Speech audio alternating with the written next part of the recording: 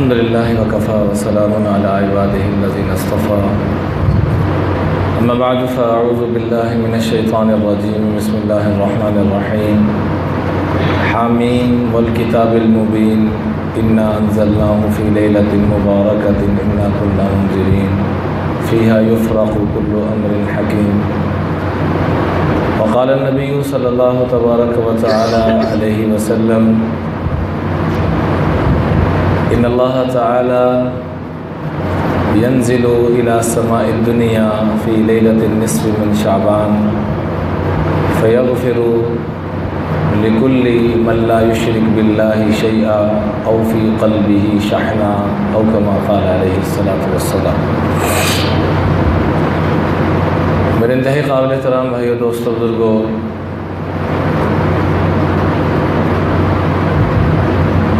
فارسی کا ایک شعر ہے، ہر شب قدر بود گر قدر بود، شب قدر بے قدر بود گر قدر نہ بود۔ ہر رات انسان کے لیے شب قدر بن سکتی ہے، شرط یہ ہے کہ انسان قدردان ہو۔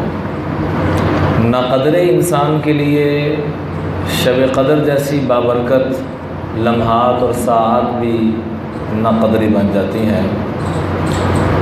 انشاءاللہ جمعرات جو آ رہی ہے، جمعرات اور جمعے کے درمیان جو شب آ رہی ہے جس کو ہم شب برات کہتے ہیں، شب اصل میں فارسی کا لفظ ہے، شب قدر، شب برات، شب معراج۔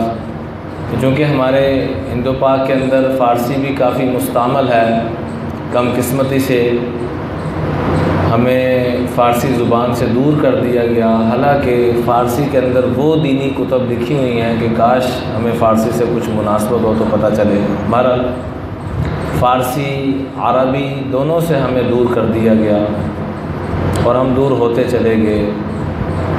انگلش جو غیروں کی زبان تھی، جو ضرورت تھی، اس کو ہم نے اپنا مقصد حیات بنا لیا، جس سے نہ ہماری آج تک دنیا بنی ہے نہ آخرت بن رہی ہے، اور دنیا بھی جو بنی نظر آ رہی ہے وہ بے سود ہے، جیسے ایک عمارت کو دیمک لگ چکی ہو اور اس کے اندر مضبوطی یا پائیداری نظر نہیں آتی، ایسے ہی ہماری جو دنیا بھی بنی ہوئی ہے وہ بھی اسی طرح کی ہے۔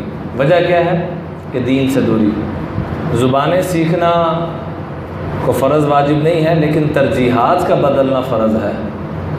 انگلش سیکھنا آج کے دور میں اگر یوں کہا جائے تو شاید جھوٹ نہ ہو، واجب کے درجے میں آج کی ہماری موجودہ جدید اردو ہے۔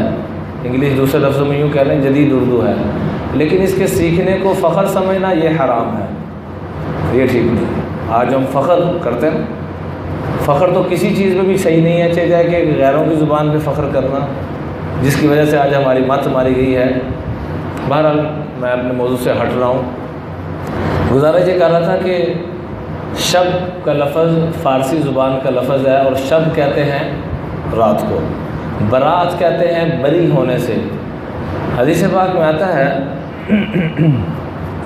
ان اللہ تعالی ینزل لیلۃ النصف من شعبان، اللہ تعالیٰ شعبان کے نصف یعنی 15ویں شعبان کو آسمان دنیا پہ نازل ہوتے ہیں۔ فیغفر لاکثر من عدد شعور غنم کلب، بنو کلب ایک قبیلہ تھا عرب میں بڑا مشہور، اس کی بکریاں، جیسے کسی علاقے کی کوئی سوغات مشہور ہوتی ہے، کوئی چیز مشہور ہوتی ہے، تو بنو کلب کی بکریاں بڑی مشہور تھی کہ بہت کثرت سے تعداد وہاں پائی جاتی ہے۔ تو آپ علیہ الصلاۃ والسلام نے فرمایا اس رات میں بنو کلب کی بکریوں کے بالوں سے بھی زیادہ اللہ تعالیٰ لوگوں کی بخشش فرما دیتے ہیں۔ اچھا، اس میں 3 طرح کے طبقات اس وقت بن چکے ہیں شب برات کے حوالے سے۔ کچھ لوگ تو وہ ہیں جو شروع سے اس کو مانتے ہی نہیں ہیں، حالانکہ صحاح ستہ کے اندر بھی اور دوسرے کتب کے اندر بھی تقریباً 17 صحابہ سے اس کی فضیلت اور اہمیت منقول ہے۔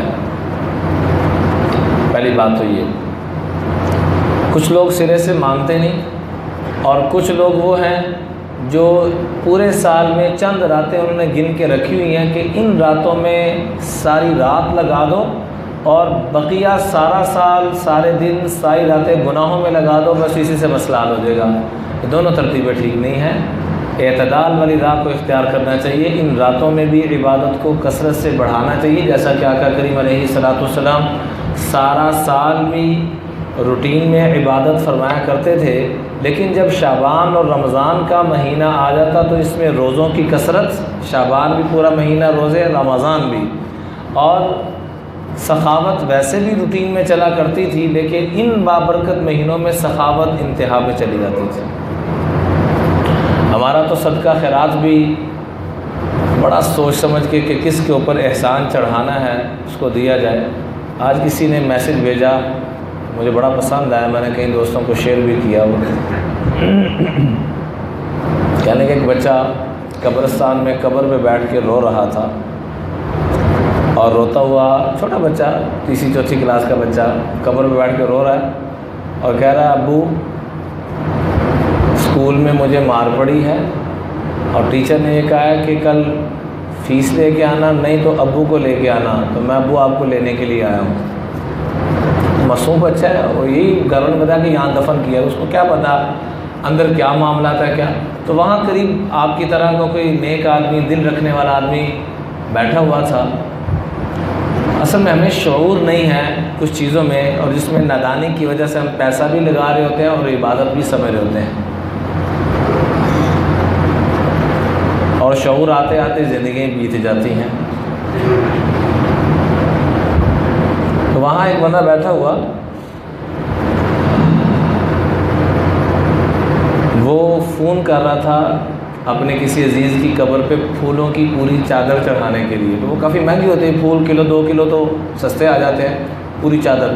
تو بات کر رہا تھا تو کہنے لگا، اس کو ادھر اسٹاپ کیا، کہ جی مجھے پھول مل گئے ہیں، اور 1000 روپے نکال کے اس بچے کو پکڑایا کہ بیٹا تیرے ابو نے پیسے بھیجے ہیں، بیٹا یہ تیرے ابو نے پیسے بھیجے، جا کے اپنی فیس جمع کرا دینا. تو کئی لوگ ان نادانیوں میں اپنے پیسوں کا ضیاع کرتے ہیں، اور اگر صدقہ خیرات کرتے بھی ہیں تو بڑا احسان چڑھا کے کرتے ہیں. اللہ کا واسطہ ہے ان چیزوں سے بچا جائے. بہرحال اس بابرکت رات کے متعلق عرض کر رہا تھا کہ 3 طبقات بن چکے ہیں. ایک تو سرے سے مانتے نہیں ہیں، وہ بھی غلط ہے، اور کچھ جو مانتے ہیں پھر ایسا مانتے ہیں کہ اس رات میں بات کرنا بھی گوارا نہیں کرتے اور پوری رات مصلی پہ گزارتے ہیں. اچھی بات ہے، عبادت کرنی چاہیے، لیکن ساتھ ہی اگلے دن اس ساری جنہیں پنجابی کہیں کیتے کرائے تھے پانی پھیر دیتے پڑ گئے. جیسے پورا رمضان عبادت کی جاتی ہے، چاند رات میں اللہ کی طرف سے عیدی ملنے والی ہوتی ہے، پورے مہینے کی مزدوری ملنے والی ہوتی ہے، اور چاند رات میں جا کے ساری تباہی مچا دیتے ہیں. حالانکہ حدیث پاک میں آتا ہے کہ جو 2 راتوں کو جاگ لے، چھوٹی عید کی رات اور بڑی عید کی رات، کل قیامت کے دن اللہ تعالیٰ جس دن سب لوگوں کے دل مردہ ہو چکے ہوں گے، اللہ ان کے دلوں کو زندہ رکھے، اور ہم ان راتوں کو ضائع کر دیتے ہیں. ایسے ہی اس بابرکت راتوں میں کچھ عبادت کی، نور حاصل کیا، لیکن اگلے دن پھر وہی ظلم کا ٹوکا، وہی زیادتی کا ٹوکا، وہی گناہوں کا نظام چلانا شروع کر دیتے ہیں، اور سارے پہ کیے کرائے پہ پانی پھیر دیتے ہیں. تو حدیث پاک میں آتا ہے کہ اس بابرکت رات میں اللہ تعالیٰ مغرب کے وقت ہی، یعنی جو جمعرات آ رہی ہے، مغرب کے وقت ہی اللہ آسمان دنیا پہ تشریف لے آتے ہیں، اور اللہ کی طرف سے اعلان ہونا شروع ہو جاتا ہے، الا من مستغفر فاغفر لہ، ہے کو مجھ سے معافی مانگنے والا کہ میں اس کو معاف کروں. حضرت یسار بن عطا رحمۃ اللہ علیہ تابعین کے بڑوں میں سے ہیں.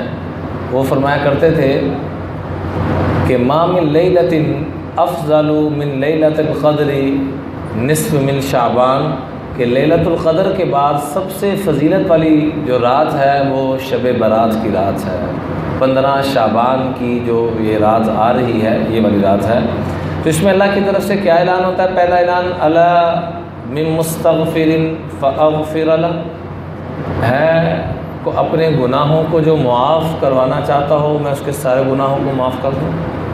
الا من مبتلا فاعافیہ، ہے کوئی جو کسی بیماری میں، ٹینشن میں مبتلا ہو، میں اس کی ٹینشن کو دور کر کے فاعافیہ، اس کو عافیت عطا کر دوں، اس کو اس بیماری سے چھٹکارا عطا کر دوں.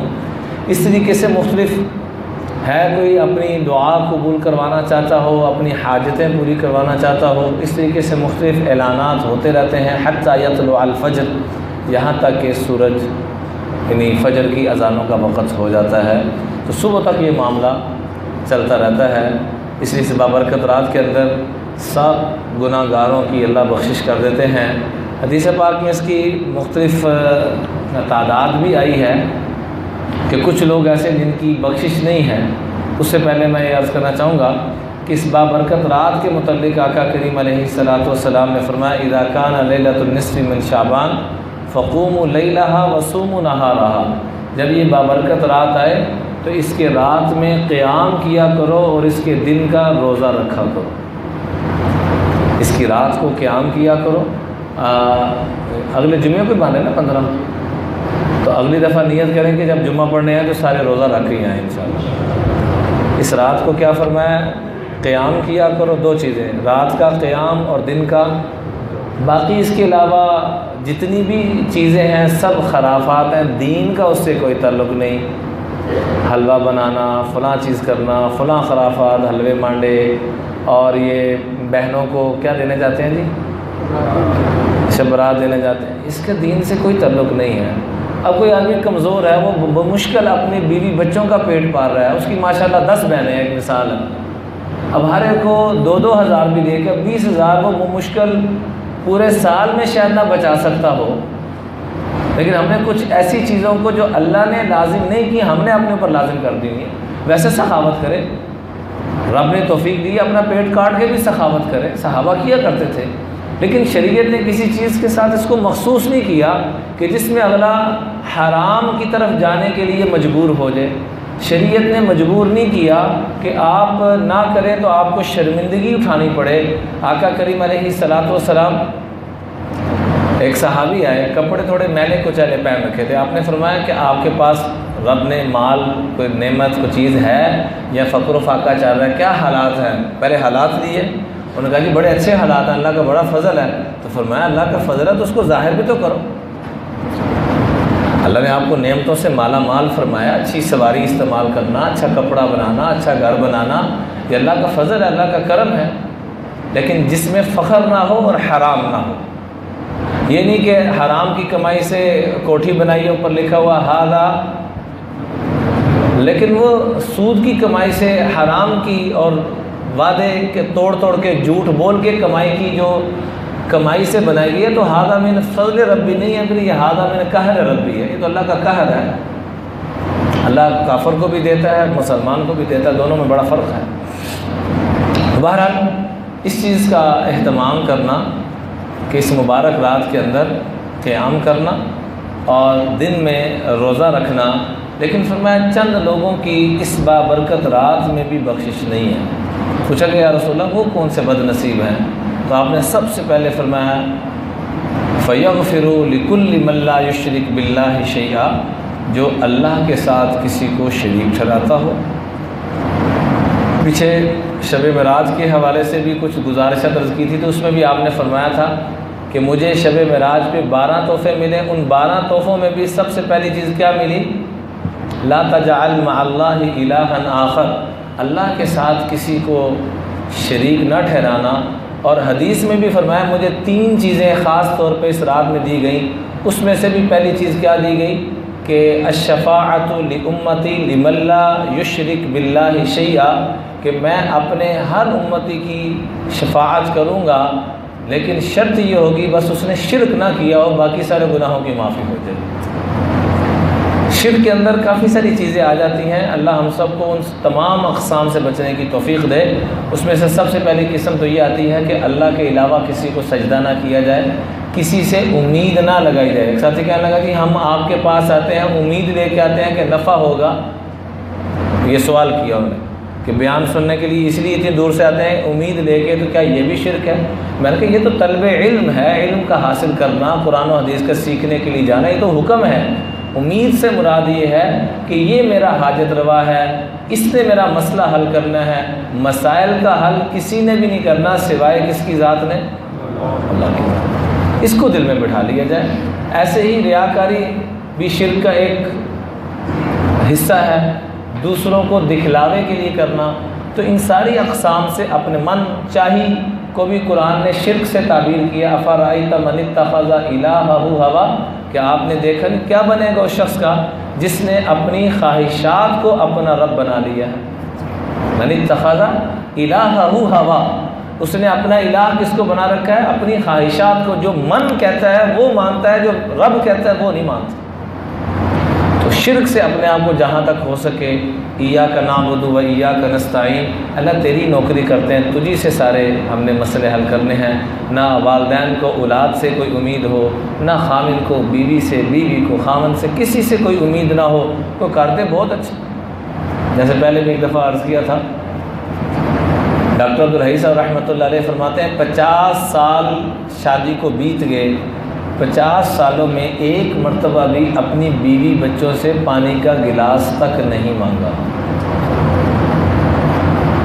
ہمارے گھروں میں تو سارے کام کاج ہو بھی جاتے ہیں، پھر بھی لڑائی جھگڑے، کیوں؟ وجہ کیا کہ دوسروں پہ بھی۔ صحابہ کا کوڑا نیچے گر جاتا تھا نا، یہ میرا ٹیشو نیچے گر گیا، بھائی یہ پکڑانا ذرا، اتنا بھی کہنا اس کو بھی توحید کے خلاف سمجھتے تھے۔ حالانکہ یہ شرک میں نہیں آتا کسی سے مدد لینا، یہ ایک دوسرے کی قرآن پاک میں حکم ہے، وَتَعَاوَنُوا عَلَى الْبِرِّ وَالتَّقْوَىٰ، نیکی اور تقویٰ کے کاموں میں ایک دوسرے کی معاونت کرو۔ لیکن وہ کہتے تھے ہم اتنی بھی معاونت نہیں لیں۔ تو ایک تو یہ چیز، دوسرے نمبر پہ فرمایا جس کی شرک سے پھر بھی کم از کم اللہ نے جس کو تھوڑا سا بھی شعور عطا فرمایا، وہ اللہ کے علاوہ کسی کے سامنے نہ سجدہ کرتا ہے، نہ کسی سے امیدیں لگاتا ہے، بلکہ جہاں جہاں امیدیں لگاتا ہے وہیں سے جوتے پڑتے ہیں، اور نہیں یقین آتا تو مطالعہ کر کے دیکھ لیں یا امید لگا کے دیکھ لیں۔ جس دوست سے امید لگائیں گے، جس عزیز رشتہ دار سے لگائیں گے، اپنی اولاد سے لگائیں گے، جس سے بھی لگائیں گے، وہیں سے پریشان ہوگا۔ جس کے بارے میں حضرت علی رضی اللہ تعالیٰ عنہ فرماتے ہیں، من اعتمد علی مالہ فقد قل، جو مال کے اوپر کے بل بوتے پہ زندگی گزارے گا، اس کے مال سے اللہ برکتوں کو ختم کر دے گا۔ جو اپنے سٹیٹس، عہدے، تعلقات، من اعتمد علی سلطانہ فقد ذل، وہ اللہ اس کو اس میں ذلیل کرے گا۔ من اعتمد علی علمہ فقد ذل، جو اپنے علم کے اوپر کہ میں بہت بڑا سمجھدار، ڈاکٹر، انجینئر، عالم، مفتی، فقیہ، میں بڑا وہ ہوں، تو اللہ اس کو گمراہ کر دیں گے۔ اور جو اپنی عقل پہ کہ میں بڑا سائنسدان، بڑا سمجھدار ہوں، اللہ اس کی ایسی مت ماریں گے کہ لوگ اس پہ ہنس رہے ہوں گے کہ کیسا پاگل انسان ہے۔ اور جو اللہ پہ اعتماد کرتا ہے، من اعتمد علی اللہ فلا قل ولا ضل ولا ضل ولا اختل، اللہ اس کے مال میں بھی برکتیں، عزتوں میں برکتیں، عقل میں بھی برکتیں، ہر شے میں اللہ برکتیں عطا فرماتا ہے۔ دوسری چیز جن کی اس رات میں بخشش نہیں، فما او فی قلبہ شحنہ، جن کے دلوں میں کینہ ہو، بغض ہو، نفرت ہو، اس رات کے آنے سے پہلے پہلے ہم توبہ کریں۔ اور توبہ کا علامہ سرخسی رحمۃ اللہ علیہ نے عجیب انداز بیان فرمایا ہے، فرمایا توبہ کا سب سے احسن طریقہ جو اللہ کو سب سے زیادہ محبوب ہے اور جس پہ انسان کے سب سے زیادہ گناہ معاف ہوتے ہیں، فرمایا وہ کون سا طریقہ ہے؟ اللہ اکبر۔ فرمایا جو دوسروں کی توبہ کو قبول کرتا رہتا ہے، دوسروں کے گناہوں کو معاف کرتا رہتا ہے، اللہ اس کو آٹومیٹک خود ہی اس کے سارے گناہوں کو معاف کر دیتا ہے۔ حضرت عبادہ بن صامت رضی اللہ تعالیٰ سے روایت ابو داؤد شریف کے اندر فرماتے ہیں کہ جو آدمی دوسرے کی غلطی کو ایکسیپٹ کر لیتا ہے، قبول کر لیتا ہے، مجبوری کو قبول کر لیتا ہے، اس کی معافی کو قبول کر لیتا ہے، اس کو معاف کر دیتا ہے، حالانکہ وہ معافی کے قابل نہیں ہوتا۔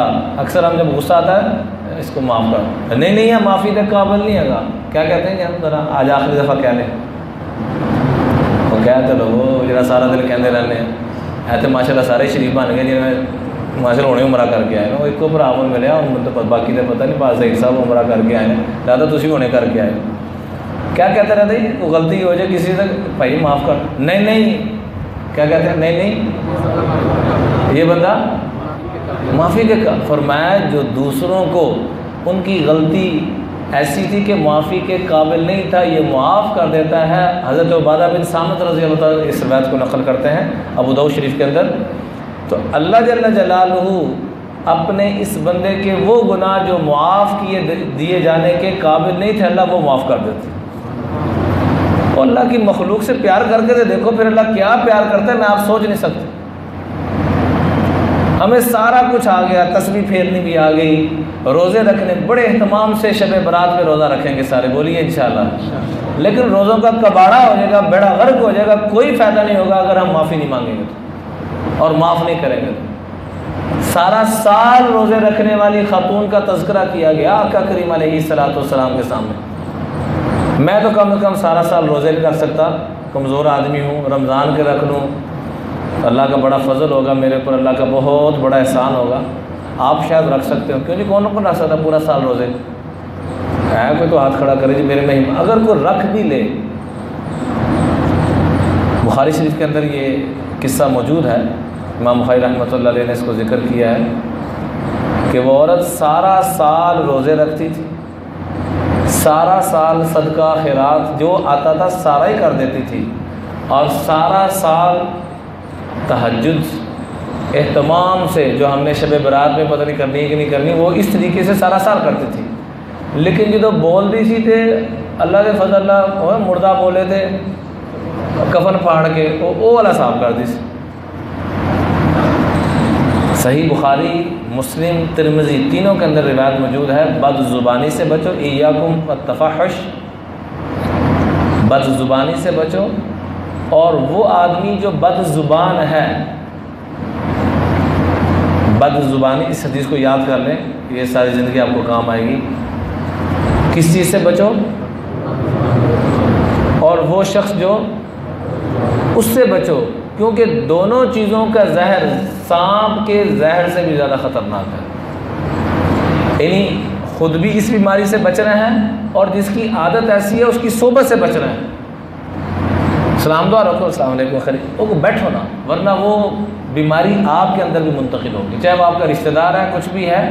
آقا کریم علیہ السلام فرما رہے ہیں جو بدتمیز انسان ہے، جس کو بولنے کی تمیز نہیں، چاہے وہ وزیر اعظم ہے، چاہے وہ گورنر ہے، چاہے وزیر اعلیٰ ہے، چاہے وہ فوج کا بڑا ہے، پولیس کا بڑا ہے، علماء میں سے کوئی بڑا ہے، جس کو بولنے کی تمیز نہیں ہے، اور یہ قطع تعلقی میں نہیں آئے گا۔ قطع تعلقی ہوتا ہے جس سے آپ سلام دعا نہ کریں، مجبوری بن گئی جانا پڑ گیا، لیکن ایسے لوگوں کی صحبت سے بچیں۔ فرق سمجھ آئے؟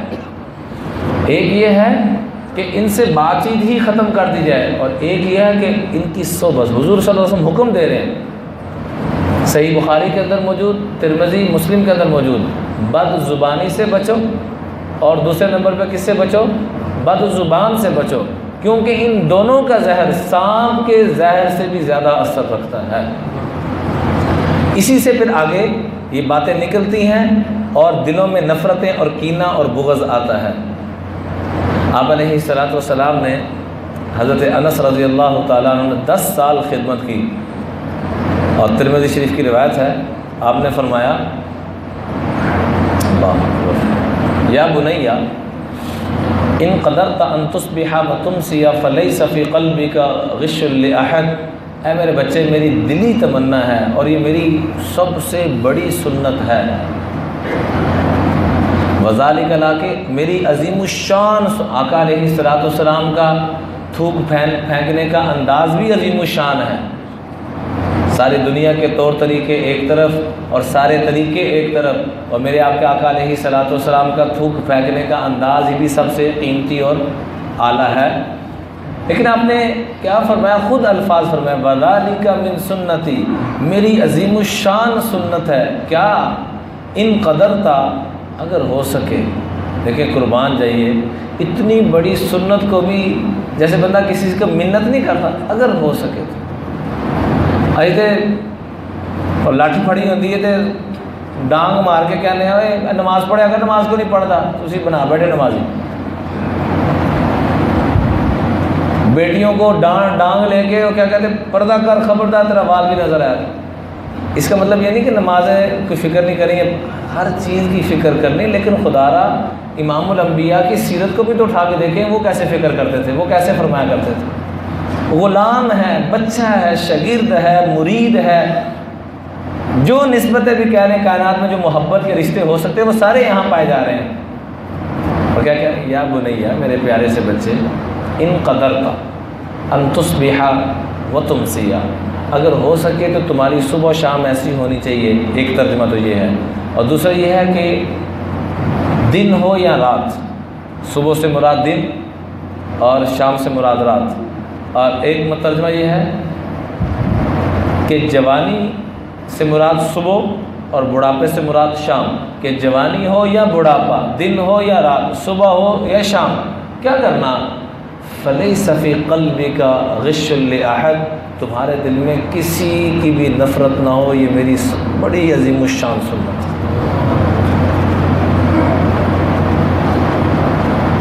داڑھی بھی بڑی عظیم الشان سنت ہے، لیکن اس کے متعلق یہ لفظ نہیں فرمایا۔ پگڑی بھی بڑی عظیم الشان سنت ہے، مستقل باندھی ہے، بہت کم خالی ٹوپی پہنی، ورنہ اکثر پگڑی باندھتے تھے۔ بلکہ ابھی بھائی مجھے کہہ رہے تھے کہ 2 درخواستیں کرنی ہیں، کہ کوشش کر کے اگر ہو سکے تو مستقل ٹوپی پہنا کریں، ورنہ کم از کم نمازوں میں تو ضرور اہتمام، اور مسجدوں میں آ کے وہ ٹوپی لی اور پہن لی مناسب نہیں ہے۔ ٹوپی وہ ہونی چاہیے جو صاف ستھری ہو۔ ایسے ہی رکوع میں کہہ رہے تھے کہ بہت ساتھی کہیں جلدی کرتے ہیں اور امام گیا نہیں پہلے چلے جاتے ہیں، امام اٹھا نہیں پہلے اٹھ جاتے ہیں، تو ان دونوں چیزوں کا اور بھی کئی کمی ہے، اللہ ہم سب کی کمیوں کو دور فرمائے۔ تو بھائی اس مبارک رات کے اندر 2 چیزوں کا خاص طور پہ اہتمام، ایک تو آپ بے شک 2 نفل بھی نہ پڑھیں، روزہ بھی نہ رکھیں، لیکن اپنے دلوں کو پاک کر لیں۔ اللہ کی قسم اللہ ہزاروں روزوں سے زیادہ اجر و ثواب عطا فرما دے گا۔ اور اگر روزے بھی رکھ لیے، عبادت بھی کر لی، لیکن دوسروں کے ساتھ ٹوکا ظلم کا ویسے ہی چل رہا ہے، تو ان عبادات کے اندر کوئی نورانیت پیدا نہیں ہوگی۔ جیسا کہ میں وہ خاتون کا عرض کر رہا تھا کہ آپ علیہ الصلوۃ والسلام نے فرمایا، جب بتایا گیا کہ یہ عورت ساری رات مصلی پہ رہتی ہے، سارا سال روزے رکھتی ہے اور سارا مال صدقہ خیرات کر دیتی ہے، تینوں کام مشکل نہیں ہیں، بہت زیادہ مشکل ہیں، لیکن جب بتانے والے نے یہ بتایا یا رسول اللہ تؤذی جیرانہا بلسانہا، زبان ٹھیک نہیں ہے، تو آپ نے فرمایا لا خیر فیہا، اس میں کوئی خوبی نہیں، کوئی نیکی نہیں، ہیا فی النار، یہ تو دوزخی عورت ہے، یہ دوزخی عورت ہے۔ اس لیے میرے عزیزو درخواست یہ ہے کہ ان چیزوں کا ہم نے اہتمام کرنا ہے، اللہ تعالیٰ سے مانگنا ہے کہ اے اللہ ہمارے دلوں کو پاک اور صاف فرما، کیونکہ حدیث پاک میں آتا ہے کہ تقطع الاجال من شعبان الی شعبان، ایک شعبان 15 سے لے کے دوسرے 15 تک اللہ تعالیٰ کی طرف سے فیصلے تو پہلے ہو چکے ہیں، فرشتوں کو جو سونپے جاتے ہیں وہ ایک شعبان سے دوسرے شعبان تک حوالے کیے جاتے ہیں 15 شعبان کو، حتیٰ ان الرجل لینکح، حتیٰ کہ ایک آدمی نکاح کی تیاریاں کر رہا ہوتا ہے، ویولد لہ، ایک آدمی اپنی اولاد کی خوشیاں منا رہا ہوتا ہے، وقد خرج اسمہ فی الموتى، نام اس کا مردوں کی فہرست میں آ چکا ہوتا ہے۔ ابھی یہ 3-4 دن پہلے کی بات ہے، ہمارا بڑا اچھا دوست اللہ پاک اس کی بخشش فرمائے، جنت میں اعلیٰ مقام عطا فرمائے، 26 سال کا جوان، سوا سال کے بعد گھر میں واپس آیا، 2 اس کے بچے تھے، ایک 4 سال کا اور ایک 4 مہینے کا، آگے گھر بیٹھا ہے، 26 سال عمر ہے، اور اپنے گھر والوں سے گپ شپ لگا رہا ہے، گھر میں آ کے بیٹھا ہے، پانی شانی پی رہا ہے، 1 گھنٹہ بھی مشکل سے گزرا، 9 بجے گھر پہنچا ہے، 10 بجے کے بعد طبیعت خراب ہوئی ہے، ہاسپٹل لے کے اللہ کے پاس پہنچ گیا، ہارٹ اٹیک ہوا، ختم۔ تو پتہ نہیں ہم میں سے کس کا نام پچھلی شعبان کے نکل آیا ہو، پتہ نہیں میں اگلی بات کر سکوں، کیوں جی میں کر سکتا ہوں، کوئی امید ہے، آپ سن سکتے ہیں، تو کسی کا کوئی پتہ نہیں میرے عزیزو، نہ میرا نہ آپ کا، کسی انسان کا بھی نہیں۔ تو آخرت کی تیاری کی سب سے بڑی تیاری یہ ہے اپنے آپ، اپنے دل کو، جیسے ظاہری بیماریاں چھوٹی ہوتی ہیں، پھوڑے پھنسی نکل آئے، کو بخار ہو گیا، کو اور معاملہ ہو گیا، ہاں جی، سر پھٹ گیا، کو ہڈی ٹوٹ گئی، چھوٹی چیزیں ہیں، لیکن اندر کی جو بیماریاں ہوتی ہیں وہ کیا ہوتی ہیں جی؟ دل کی بیماری ہو گئی، جگر کی بیماری، گردے فیل ہو گئے، پھیپھڑوں کا مسئلہ بن گیا، تو تباہی ہو جاتی ہے پھر۔ ایسے ہی فرمایا روحانی طور پہ جو اندر کی بیماریاں نا، شرک ہو گیا، نفرت ہو گئی، بغض ہو گیا، حسد ہو گیا، دوسرے کو نیچے دکھانے کا جذبہ ہو گیا، پھر اللہ اس کو ایسا نیچا دکھاتے ہیں کہ پھر ساری دنیا مل کے بھی اس کو اوپر نہیں لے کے جا سکتی۔ اللہ سے دعا ہے کہ اللہ تعالی ہم سب کو ان بیماریوں سے بچنے کی توفیق دے۔ باقی اس رات میں کئی لوگ قبرستان جاتے ہیں تو آقا علیہ الصلوۃ والسلام صرف ایک دفعہ تشریف لے گئے ہیں، تو ایک دفعہ آپ بھی چلے جائیں تو وہ سنت پوری ہو جائے گی۔ ہر سال اس کو اہتمام سے جانا یہ ٹھیک نہیں ہے، یہ سنت نہیں ہے بلکہ اس کو بدعت کہیں گے۔ ایک دفعہ چلے جانا اس یہ کافی ہے۔ اور اس رات میں جو بنیادی باتیں ورز کر دی ہیں، رات کا قیام جتنا ممکن ہو سکے، جو عبادت ہو سکے، اور میں یہ درخواست کروں گا کہ جن کے ذمے قضا نمازیں ہیں وہ 2 نفل بھی نہ پڑھا کریں، وہ اپنی قضا نمازیں جب موقع ملے فرائض کے ساتھ بھی آگے پیچھے جو نفل پڑھتے رہتے ہیں وہ نفلوں کو چھوڑ دیں، وہ بجائے ثواب کمانے کے گناہ کما رہے ہیں، فرائض چھوڑ رہے ہیں۔ ہاں جی، اپنے گھر والوں کو بھوکھا رکھا ہوا ہے، نہ دوائی دے رہے ہیں نہ پانی دے رہے ہیں، اور دوجہن جو آ کے روٹی کھوا دے رہے ہیں، وہ بھوکے مر رہے ہیں۔ تو اس لیے نوافل ایسی رات میں بھی اور روٹین میں بھی وہ لوگ نہ پڑھا کریں جن کے ذمے قضا نمازیں ہیں، زندگی میں رہ ہوئی ہیں۔ اور اس کا آسان طریقہ ہے جب موقع ملے اندازہ لگا لیں میرے 10 سال کی نمازیں ہیں، ہر نماز کے ساتھ ایک ایک نماز پڑھنا شروع کر دیں، یا اکٹھی 5 پڑھ لیں، 3 پڑھ لیں، جو موقع ملے، اور اللہ کے فضل و کرم سے 10 سال میں پوری ہو جائیں گی۔ اگر ہر نماز کے ساتھ 2 پڑھیں گے، یا ایک ہی وقت ایک دن میں 10 اکٹھی پڑھ لیں، 4 ایک دفعہ پڑھ لیں، 6 ایک دفعہ پڑھ لیں، جیسے بھی موقع ملے تو وہ 5 سال میں مکمل ہو جائیں گی۔ اللہ تعالی ہم سب کو سمجھ اور عقل عطا فرمائے۔ وآخر دعوانا الحمدللہ۔